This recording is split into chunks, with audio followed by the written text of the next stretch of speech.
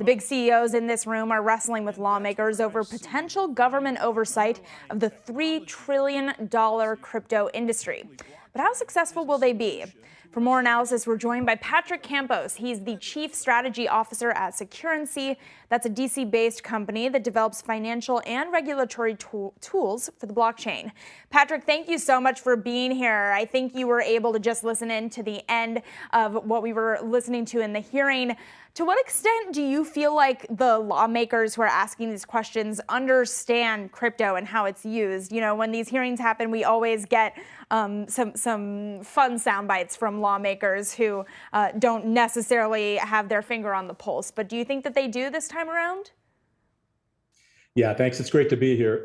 I think it's a mixed bag. I think that there are some who really devote a lot of time. We spend some time on the Hill and talk to a number of the members and their staff.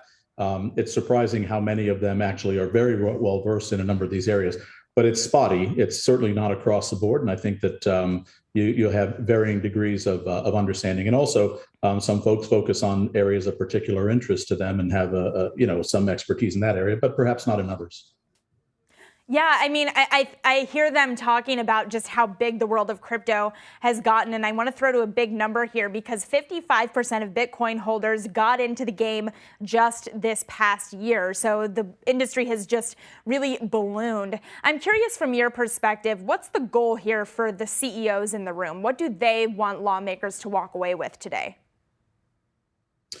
Well, look, I think this is they recognize. I mean, this is a kind of a powerhouse group of of players in this industry, very high profile, and folks who are doing big things. And I think that they see this as an opportunity, to really move this discussion more squarely into the public forum. I think if you go back a couple of years. I think there was a general sense in the industry, hey, nothing's going to get done on Capitol Hill. We have to deal with the agencies. I think maybe that's changed. I think maybe what they see is now the best opportunity for, achieving, some degree of movement in this space is going to come from Capitol Hill. And so I think that's a big part of this. But look, this is a very, very important hearing for the industry. There are a lot of really big topics being covered here. So I think that they feel the gravity of this movement. I should say.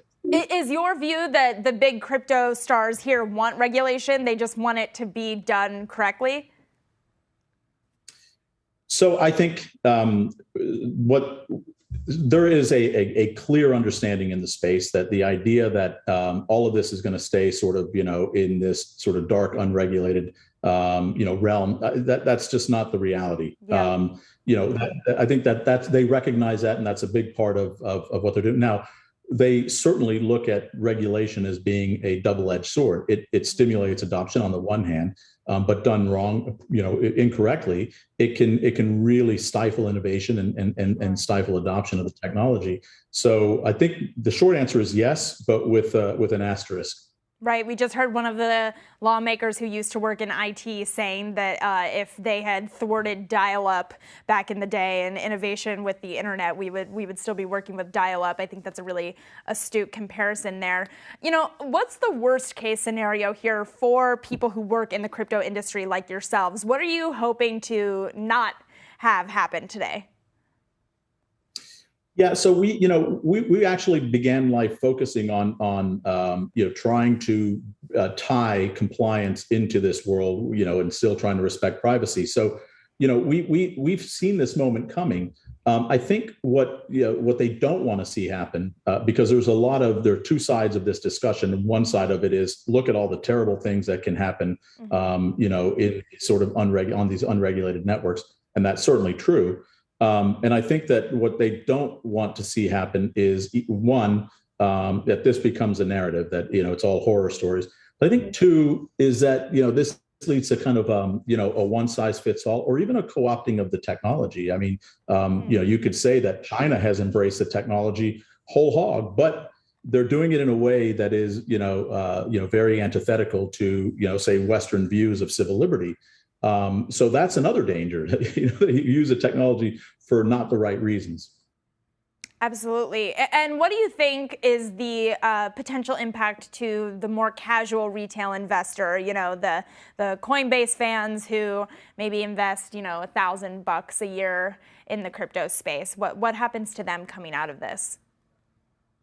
Oh, I think that there's wind in their sails. I think that this is, in a sense, a hearing of this magnitude with this lineup. Brings a real, sense of validation to the industry. And I think that, an investor who's paying attention to this is going to feel, hey, this is real. This is even more real than I might have thought yesterday. I also want to get your take on the SEC. What do you think today's hearing could potentially do for, initial coin offerings, the expansion of Bitcoin ETFs? Do you see that becoming more and more the norm coming out of today? Well, I think there was a powerful statement made by Brian Brooks about, hey, why do people have to go to Canada to do a crypto ETF? Yeah. Now, query whether the regular, particularly at the SEC, whether Chairman Gensler feels that pressure to do something. I suspect that what they'll feel is we have to do something. Maybe we'll nibble around the edges. Maybe we'll go for the low hanging fruit. But it's hard to see, absent some action from Capitol Hill. It's hard to see them sort of reversing course on some of the things that they've said. Again, the approval of the crypto derivatives. That was, again, nibbling around the edges. It was, hey, we've done something, but it's not really moving the needle, particularly with respect to spot markets. I think we might see more of the same, but maybe there'll be increased pressure from Congress to do a little bit more. Yeah, and I know that the idea of unbanking and the underbanked communities comes up a lot when we talk about crypto. I believe it's 5% of the U.S. Doesn't have access to proper banking. Do you think that's something that the crypto folks in the room are going to be continuously pointing to throughout the day as kind of leverage for these lawmakers who are potentially on the fence with crypto?